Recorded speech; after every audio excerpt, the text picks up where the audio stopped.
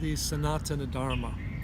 It is this universal tradition of self-knowledge and cosmic knowledge, and respecting the divine and sacred powers in all of nature. So it remains relevant to all humanity. It has had an important history going back to the most ancient times.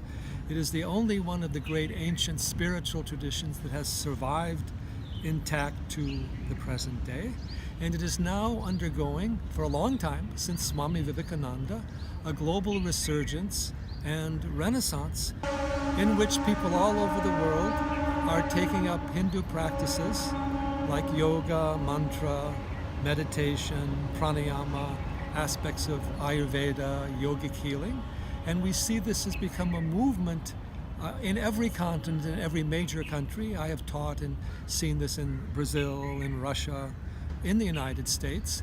And we also now see the revival of the Hindu culture and Bharatiya way of life and understanding in India is coming up.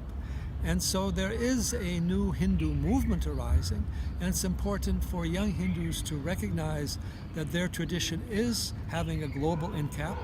It does also have a vision of the future.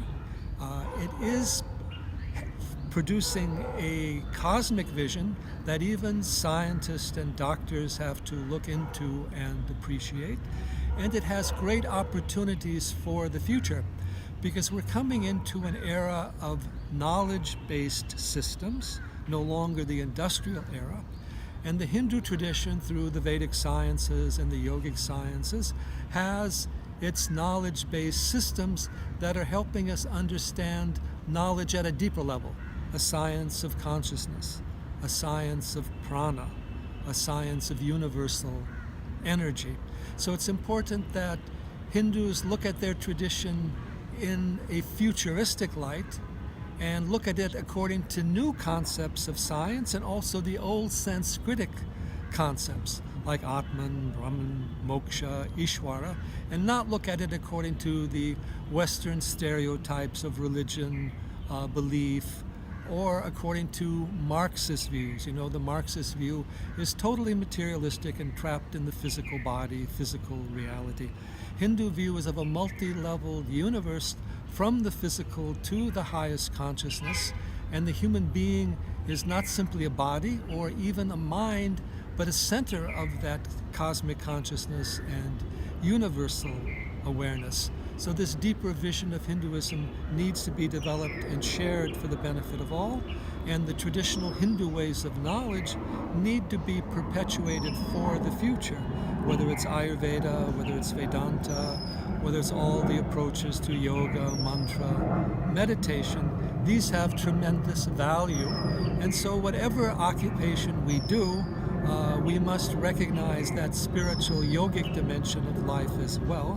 And you should also understand that the Hindus outside of India, in countries like America, are more successful and also better educated, and yet they haven't given up the Hindu Dharma. They are building new temples like these Swaminarayan temples, and they're being respected for their contributions to society with their Hindu background and dharmic values. They're not producing terrorists, they're not living on welfare, they're not trying to undermine the society. They are being of benefit even to the countries and societies where they have moved to, and helping to share this deeper dharmic tradition. So these influences should be followed in India itself. Hindus shouldn't be afraid to be Hindus or ashamed to be Hindus. They should recognize that they represent the world's oldest, broadest, most pluralistic, most detailed spiritual tradition and way of higher consciousness and self-realization that the world has yet to produce. And so far, only a small portion of this great Hindu wisdom has been accessed in the world. If more of it is accessed, then the world can definitely be changed in a positive way.